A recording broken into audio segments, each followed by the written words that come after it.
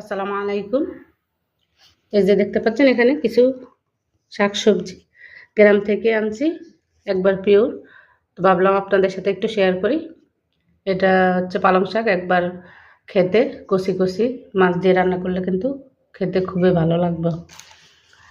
এখানে কাঁঠাল পাতা আনছি পিঠা বানানোর জন্য, কিছু ধনিয়া পাতা, এখানে লাউ শাক, এখানে মূলা। এগুলা চিকন হলেও কিন্তু অরিজিনাল স্বাদ পাওয়া যাবে। মাছ দিয়ে রান্না করলে অথবা শুটকি দিয়ে রান্না করলে খেতে কিন্তু খুবই ভালো লাগবে। এখানে কুমড়ো শাক, এখানে শুটকি, এটা পুঁটি শুটকি আমার মেজো জাল দিয়েছে, উনি নিজের হাতে তৈরি করা। এটা বড় জাল দিয়েছে বিভিন্ন মাছের শুটকি। আর এখানে এসে মূলা শাক কষি কষি, এগুলো শাক করলে কিন্তু খেতে খুবই ভালো লাগবে। যে লেবু, এই জিনিসগুলো নিয়ে আনলাম।